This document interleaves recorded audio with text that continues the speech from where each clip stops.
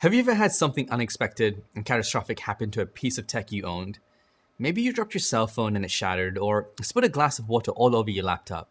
I know it's happened to me, and no, it's not fun. While hardware may be hard to replace, data can be even harder to get back, especially lost photos of special moments, important documents, or more. In this module, we're going to arm you with tools you need to be prepared for these accidents, so you can minimize the impact and loss of data. Alright, let's get right into it. Data recovery.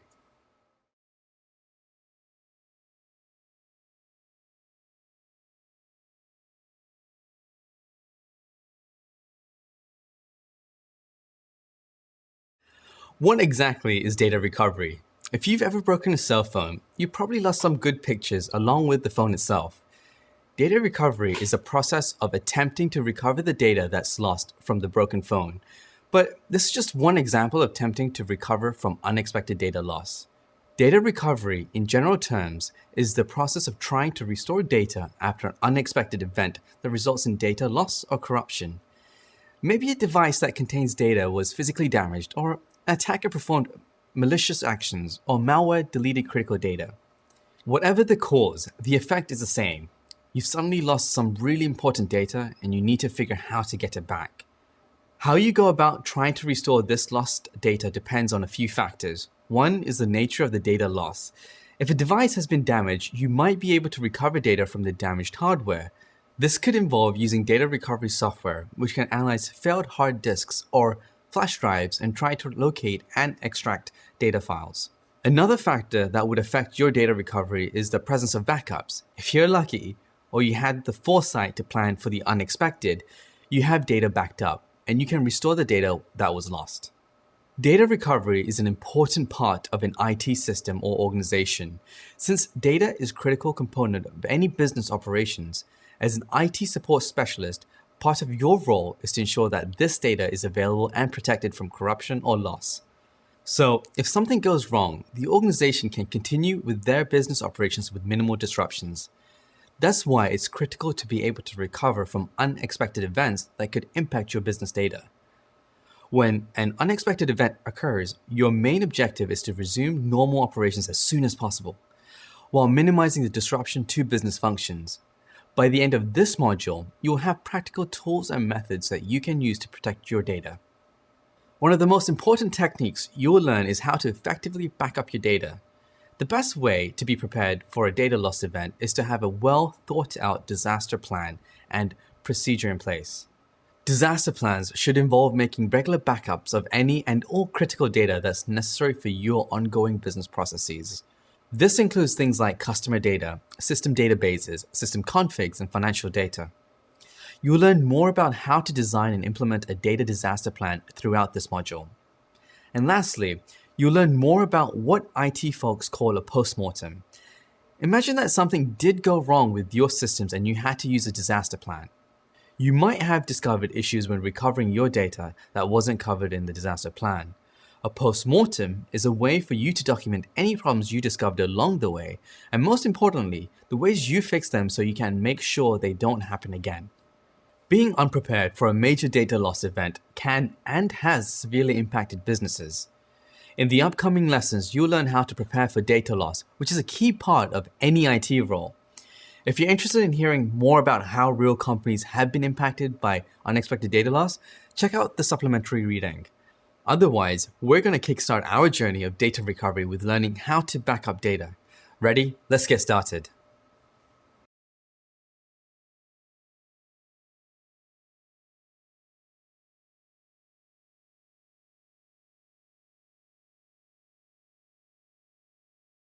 So you want to protect your organization from critical data loss. Good instincts. But where do you start? Let's run down some of the key things to keep in mind when designing a data backup and recovery plan. The first thing to figure out is what data you need to back up. In a perfect world, you should only be backing up data that's absolutely necessary for operations and can't be found in another source. So things like emails, sales databases, financial spreadsheets, server configurations, and databases should all be included. But what about the downloads directory on your laptop? Is it really necessary to back up all those cat pictures too? Probably not. Backing up data isn't free, Every additional file you back up takes up a little more disk space, increasing the overall costs of your backup solution. Once you've figured out what data you like to back up, you should find out how much total data you currently have. But it's not enough just to think about what your backup storage requirements are right now. Your organization may continue to grow, and your backup should grow with it. Make sure that you account for future growth and choose a solution that's flexible enough to easily accommodate increases in data backups. Data can be backed up either locally to systems on-site, or the backup data can be sent off-site to remote systems. Both approaches have positives and negatives and can help reduce different risks. The advantage of on-site backup solutions is that the data is physically very close. This makes accessing the data a lot quicker. You won't need as much outbound bandwidth since you aren't sending the data out of your internal network. If you need to restore data from backups, that should happen pretty quickly since the data is close at hand. But what if the unexpected event is a building fire? Now the systems we were backing up along with the backup server have been lost in the fire. Yikes. We've lost everything. This is why offsite backups are strongly recommended. This involves making backups of critical data, then sending the backed up data offsite to remote systems in a different physical location. This could be another backup server that you control in a different office or a cloud-hosted backup service. But there are trade-offs. Yeah, offsite backups better prepare us for catastrophic events that can wipe out data from an entire office. But sending data offsite means that you need to transmit the data outside of your network. This means you need to consider things like encryption and bandwidth. Your internet connection will be used to transmit the backup data. Depending on how much data you're sending offsite and how fast the internet connection is, this could take a lot of time. Another important thing to consider is encryption of backups. Since backups will often contain sensitive and confidential business data, it's important the data is handled securely and stored in a way that prevents unauthorized access. When sending data offsite, it's especially important to make sure that data is being transmitted securely, preferably encrypted via TLS. But that's not all. The resulting backup data that's stored should also be encrypted at rest. This is just good security practice. In the next video, we'll discuss some of the practical tools that you can use to back up your data.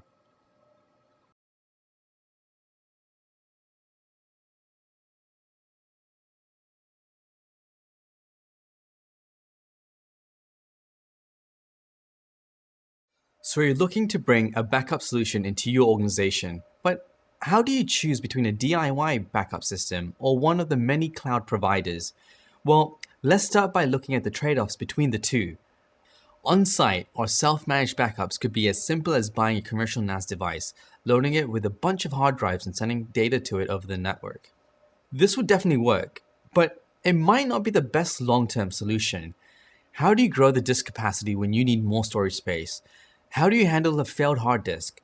Because hard disks will fail eventually. By the way, it's important to call out these options aren't mutually exclusive. There's nothing stopping you from implementing both on-site and off-site backups. Actually, it's often recommended to have both if it's within your organization's budget. One more thing that you should consider when evaluating the backup strategy for an organization is backup time period.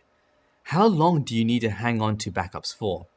This answer will impact your long-term storage needs and overall cost to maintain a backup system. One approach, which balances cost with convenience, is to archive older data using a slower but cheaper storage mechanism. The standard medium for archival backup data storage is data tapes. These are a lot like audio cassette tapes since they use spools of magnetic tape run through machines that allow data to be written to and read back from the tape. Tape storage is pretty cheap, but isn't as easy or quick to access as data stored on hard drives or solid-state drives. This storage system is usually used for long-term archival purposes where data isn't likely to be needed. If it is needed, some delay in getting the data isn't a concern. There are dozens and dozens of backup solutions available. We won't cover specific ones since there are way too many, but we'll cover some common tools and give you some examples of backup solutions available. One is the command line utility rsync. rsync isn't explicitly a backup tool, but it's very commonly used as one. It's a file transfer utility that's designed to efficiently transfer and synchronize files between locations or computers. rsync supports compression and can use SSH to securely transfer data over a network. Using SSH It can also synchronize files between remote machines, making it super useful for simple automated backups. Apple has a first-party backup solution available for their Mac operating systems called Time Machine. It operates using an incremental backup model. Time Machine supports restoring an entire system from backup, or individual files. It even allows restoring older versions of backed up files. Microsoft also offers a first-party solution called Backup and Restore.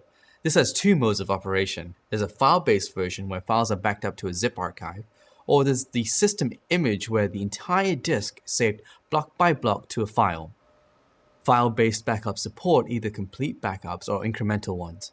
System image backups support differential mode, only backing up blocks on the disk that have changed since the last backup. If you want to learn more about these tools, follow the links in the supplemental readings after this lesson.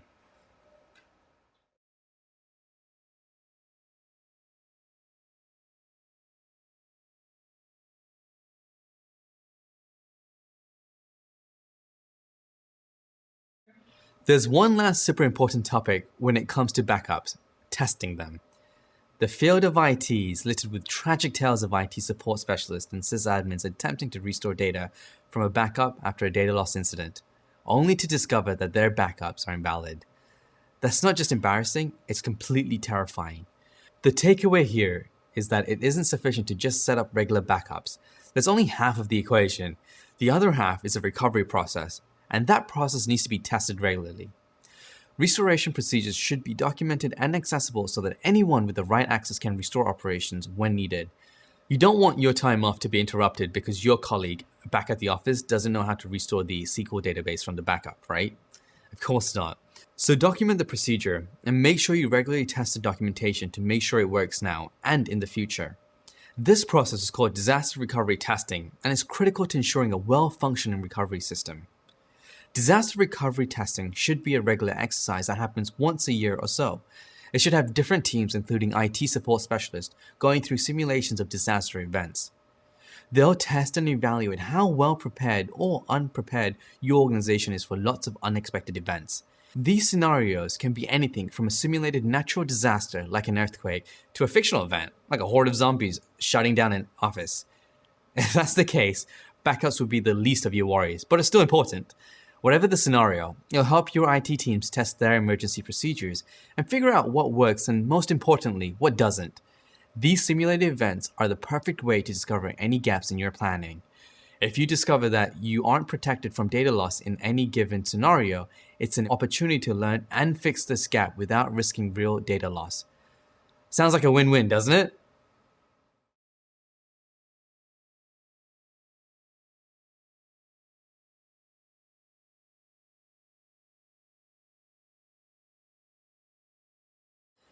So we've talked about how important backups are and why you should be backing up any important data and some tools that can use to help you back up data.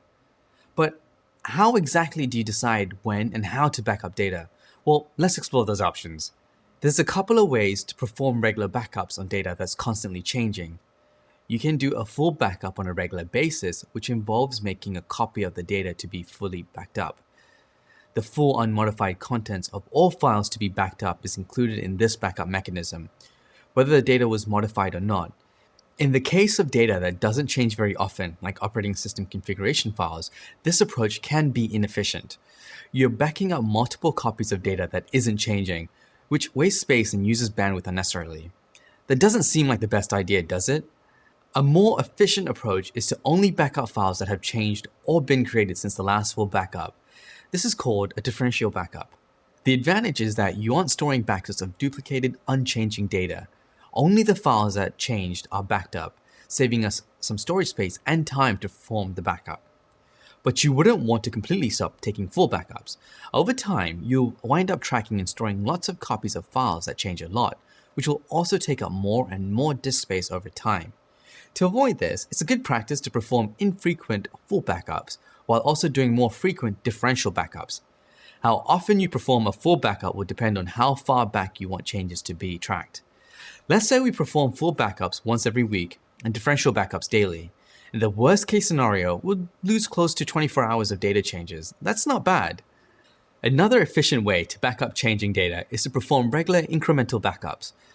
While a differential backup backs files that have been changed or created, an incremental backup is when only the data that's changed in files is backed up.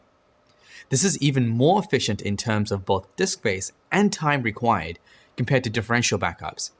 Again, you'll want to use frequent incremental backups along with less frequent full backups. But because this approach only stores differences in the files that have changed since the last incremental backup, it's possible that all incremental backups are needed to fully reconstruct the files. If one of these incremental backups is missing or corrupt, it might not be possible to recover data any more recently than the last full backup. Another drawback is that recovery might be more time consuming. This is because the most recent version of backed up data has to be recreated by integrating the last full backup with each incremental backup that follows.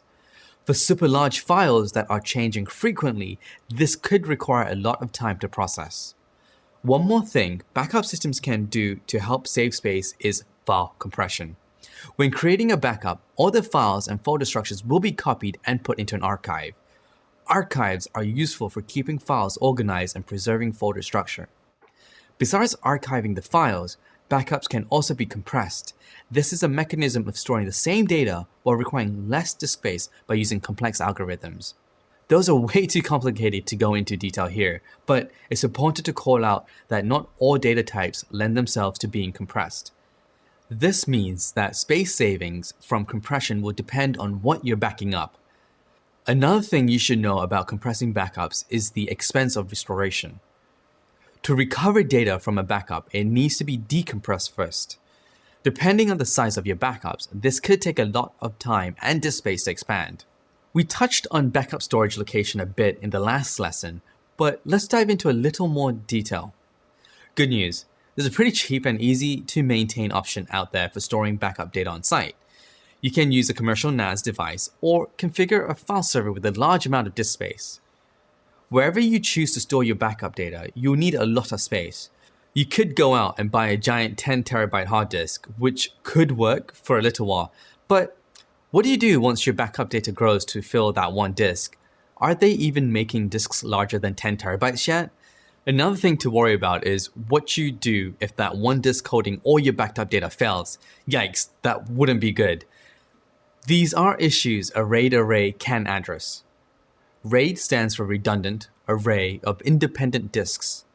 It's a method of taking multiple physical disks and combining them into one large virtual disk. There are lots of types of RAID configuration called levels. Depending on the characteristics desired from the array, various RAID levels prioritize features like performance, capacity, or reliability. RAID arrays are a great, inexpensive way of creating a lot of data capacity while minimizing risk of data loss in the event of disk failure. They can even be flexible enough to allow future growth in disk capacity. We won't go into the nitty-gritty details of the different RAID levels available, but if you want to learn more, check out the supplemental readings at the end of this lesson. I want to stress the fact that RAID isn't a backup solution, it's a data storage solution that has some hardware failure redundancy available in some of the RAID levels. But storing data on a RAID array doesn't protect against accidentally deleting files or malware corrupting your data. This is so important that I'm going to say it one more time. RAID is not a replacement for backups.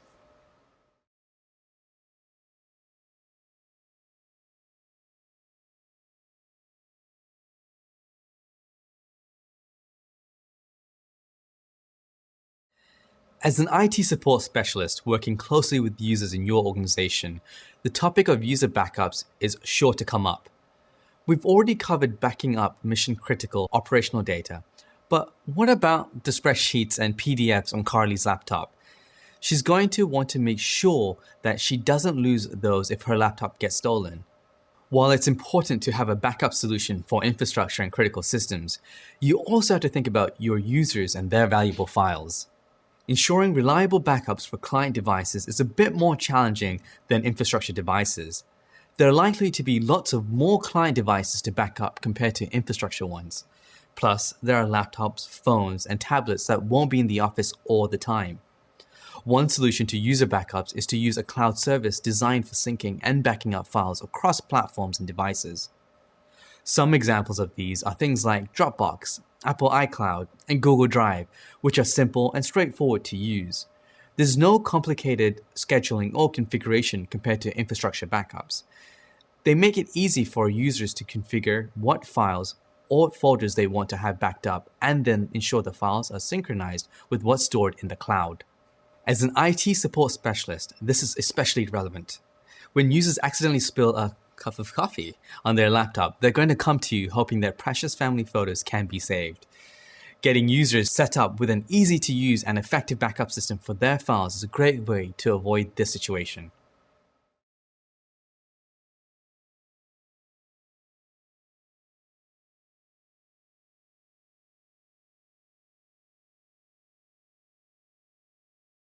We've all experienced an accident or made a mistake before. We're only human, right? As an IT support specialist, it's important that you're prepared for a disastrous accident or mistake. Maybe an electrical surge fried the hard drive in a database server, or someone deleted the wrong folder. These things happen, and you need to be prepared for them. This is where the disaster recovery plan comes in.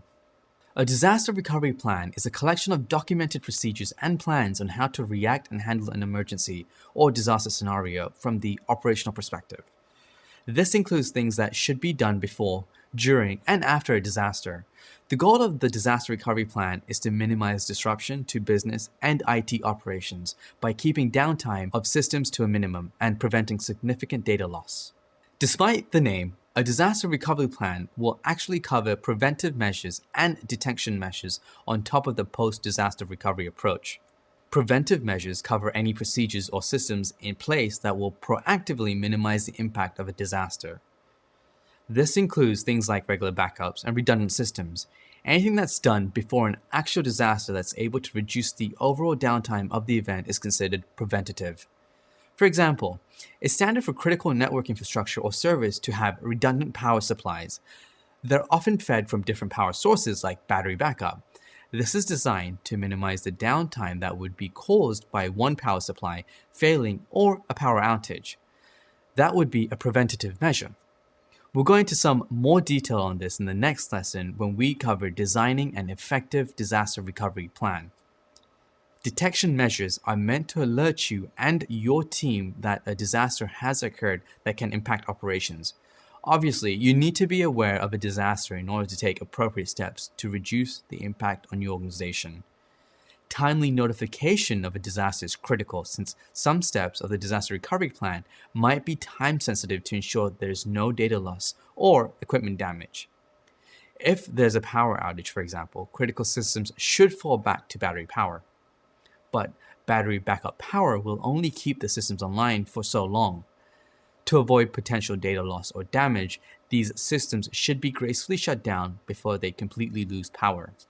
This is why lots of systems that support redundant power supplies also have a function to send alerts on power loss events. Other things that should be monitored to help head off any unexpected disasters include environmental conditions inside server or networking rooms. Flood sensors can alert you to water coming into the server room. Temperature and humidity sensors can watch for dangerously high temperatures or suboptimal moisture levels in the air. This can alert you to failed cooling in the server room. Smoke detectors and fire alarms are also critically important. Remember that it isn't just the technology that's necessary for a business to continue to operate. You also need the people working there. The specifics of building evacuation usually fall to the building management team, but as an IT support specialist, you will likely work closely with some members of this team on things like power delivery, heating and cooling systems, and building evacuation. If there's a fire and the building needs to be evacuated, you should be prepared to set up temporary accommodations so people can still work effectively. This might be as simple as sending everyone home for the day and having them work from home, but you should be prepared for the situation ahead of time and have a plan in place to ensure that everyone is able to work from home effectively. Finally, corrective or recovery measures are those enacted after a disaster has occurred. These measures involve steps like restoring lost data from backups or rebuilding and reconfiguring systems that were damaged. Once the disaster has been detected and steps have been taken to either prevent an outage or at least minimize downtime, work should begin on restoring full operations of everything affected. Usually, a disaster will take out one system that's part of a redundant pair or a replication scheme, which would prevent a complete service outage. But that would mean you aren't prepared for another disaster. When one system in a redundant pair suffers a failure, it's called a single point of failure. This is because it only takes one failure now to completely take the system down. That's not a scenario you want to be in. We've covered the overall elements of a disaster recovery plan. Why don't you take a little break to recover yourself, then join me in the next video. We're going to run down the details of designing a disaster recovery plan of your own. Does that include planning for the zombie apocalypse? You'll have to watch to find out.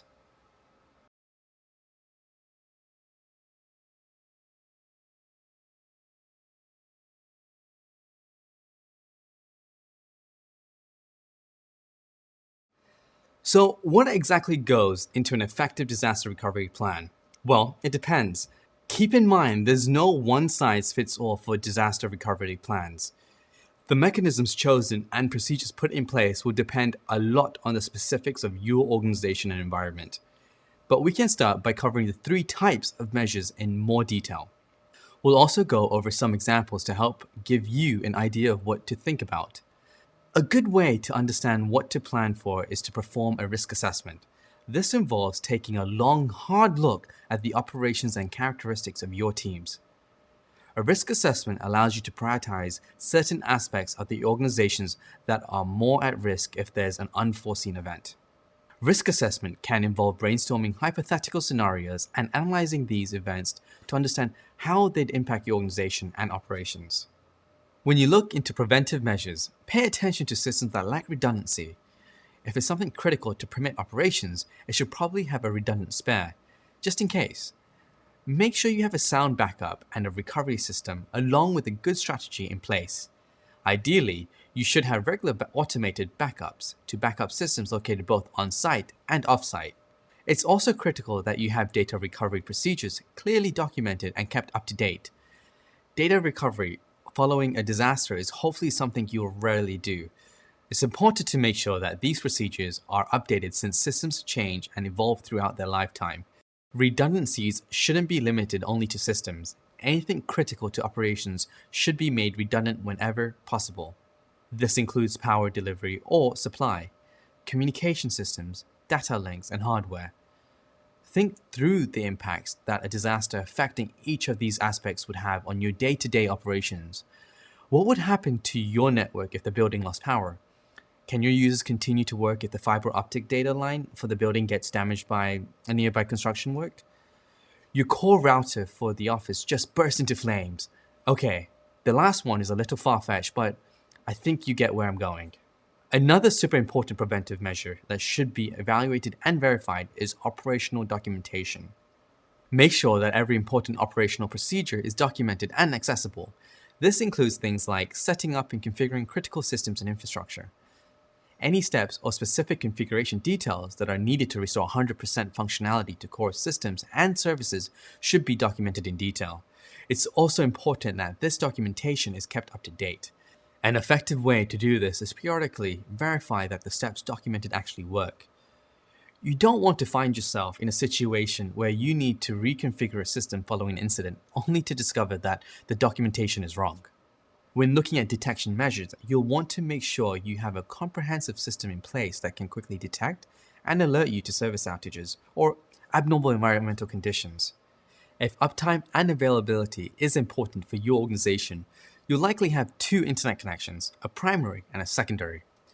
You'll want to monitor the connection status of both of these links. Ideally, they should be configured to automatically fail over if one goes down, but you'll still want to be alerted when this happens so you can investigate why the link went down and work on getting it back as soon as possible. The way to think about designing detection measures is to evaluate what's most critical to the day-to-day functioning of the organization. What infrastructure services and access are absolutely vital? Those are the ones you should be closely monitoring. And it's not just outages or complete failures you should be watching for. Of course, you'll want to monitor for those, but you also want to monitor for conditions that indicate that a problem is likely to occur. If we can avoid a catastrophic failure by being alerted to an overheating server before it fails, that would be much better, wouldn't it? So you want to monitor conditions of service and infrastructure equipment, things like temperature, CPU load, and network load. For a service, monitoring for error rates and requests per second will give you insight into the performance of a system. You should investigate any unusual spikes or unexpected increases. These early warning systems allow you to head off disaster before it brings operations to a halt. And of course, you absolutely must test these systems. Simulate the conditions your monitoring systems are designed to catch. Make sure the detection thresholds actually fire the alerts like they're supposed to. This testing goes beyond just the monitoring systems too. You'll also want to test your reactions and responses to these alerts. If your monitoring systems reliably trigger alerts but everyone just ignores them, they aren't super useful, are they? You want to conduct regular disaster tests to make sure systems are functioning and that your procedures to handle them are also up to the task. Corrective or recovery measures include actions that are taken to restore normal operations and to recover from an incident or outage. This includes steps like restoring a corrupted database from a backup or rebuilding and reconfiguring a server. Your disaster plan should include reference or links to documentation for these types of tasks, anything and everything that would be required to restore normal operations following some disaster. This is where the steps for restoring various systems and data from backups should be. The disaster recovery doc doesn't need to contain the details of the operations. Links and references are sufficient, but it's important to be prepared for a situation where typical documentation access methods are unavailable. Let's imagine you keep all your operational documentation in a wiki on a dedicated server. What happens when that server suffers an outage? It's important that critical documentation is accessible if an emergency scenario or disaster strikes. In the next lesson, we'll cover what to do after a failure. See you there.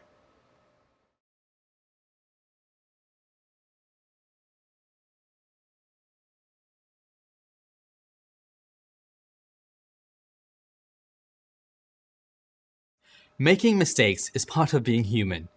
We all make them from time to time, and hopefully each mistake is a learning opportunity. We look at what happened and try to understand why it did to avoid it in the future. Think of a toddler learning the stove is hot. They touch it once and it burns them. They quickly learn that touching the stove hurts, so they stop doing it. It's important that we're able to learn from our mistakes, or else we'll constantly be burning ourselves. That's the purpose of a post-mortem report. We create a post-mortem after an incident, an outage, or some event when something goes wrong, or at the end of a project to analyze how it went. This report documents in detail what exactly happened leading up to, during, and after the event or project. It tries to highlight things that went well and things that didn't. The purpose of a post-mortem is to learn something from an event or project, not to punish anyone or highlight mistakes. Sure, there'll likely be some mistakes that'll be addressed, but the intention isn't to punish or shame. It's meant to understand the root cause of why the mistakes happen and how to prevent them from happening again. The post-mortem process isn't quite over yet. Once the report is written up, it needs to be communicated. These types of reports have value beyond the immediate people involved in the incident, investigation, and writing of the report. Sharing post-mortems with other teams at an organization helps encourage a culture of learning from mistakes. It shows that your team is willing to acknowledge when you mess up, but you don't let mistakes hold you back. It sets a good example for others to follow, and the content in the report might trigger a thought for some other team and make them realize they have a similar problem in their infrastructure. You may also identify areas that could be improved that are the responsibility of teams that weren't involved in the incident. When it comes to postmortems, sharing is caring. If you embrace postmortems, they tend to foster a culture where it's okay to make mistakes. This is a healthy attitude to have in any organization. If people are afraid to make mistakes, then decision making will be very conservative. It's hard to push the boundaries and try new things if everyone is afraid of screwing up. But if the prevailing culture says that mistakes are okay as long as we can learn from them, then you'll have an organization that's willing to take risks and try out new and exciting ideas.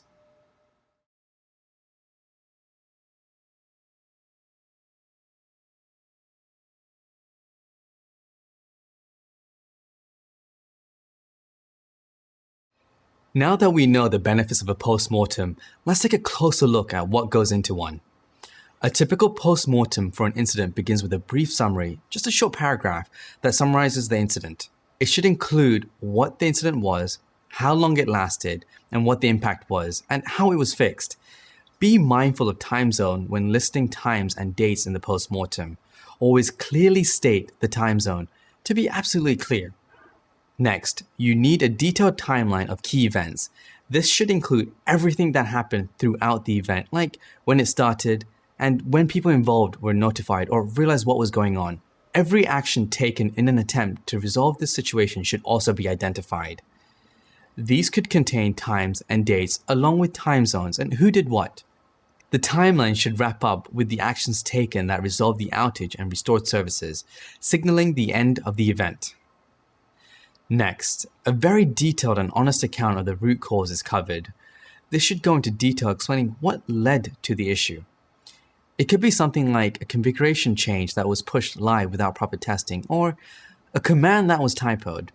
Remember that the intent isn't to blame or shame.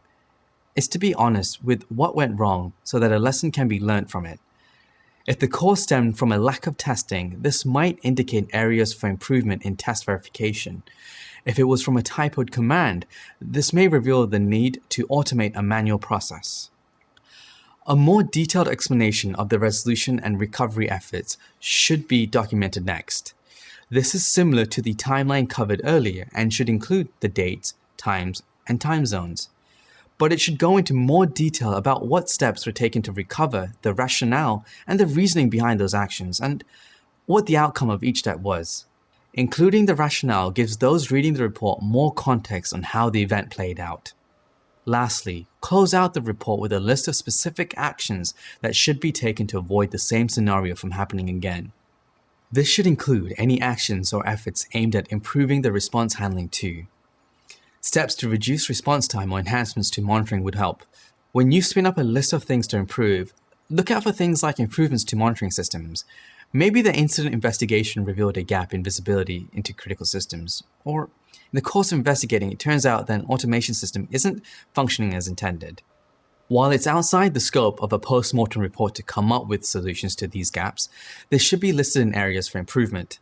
Based on these discoveries, new projects can start to address the deficiencies found. One thing that often gets overlooked in post-mortem is what went well. But this is just as important as analyzing what went wrong. During the post-incident analysis, it's also good to highlight things that went well. These include fail-safe or failover systems that worked as designed and prevented a large outage or minimized the severity of the outage. This helps to demonstrate the effectiveness of our systems in place. For some folks, like those in finance, this is good news. It justifies any cost associated with these systems by clearly demonstrating a tangible benefit. This is important for any preventative system since they are frequently viewed as unnecessary costs by those that may not fully understand their benefit. These examples of systems working to prevent or reduce the impact of outages make that benefit very clear. Hopefully, you're better prepared now to learn from any mistake you might make in your career. And mistakes will be made because you're human, after all. Own them, learn from them, and do better next time. Such is true in IT, work, and in life. That brings us to the close of our sysadmin course. We hope you have a better understanding of the responsibilities of a sysadmin and how closely they relate to the work of an IT support specialist. Feel free to review any sections that might have been a bit heavy on the technical side. First up, we've got a quiz for you that will touch on everything we've learned in this module. Then, when you're ready, you can jump into the course project to put your new knowledge to work. We have some fictional companies that you're going to play system administrator for. You'll need to take a look at their current infrastructure and make recommendations for improvements. I wish you the best of luck.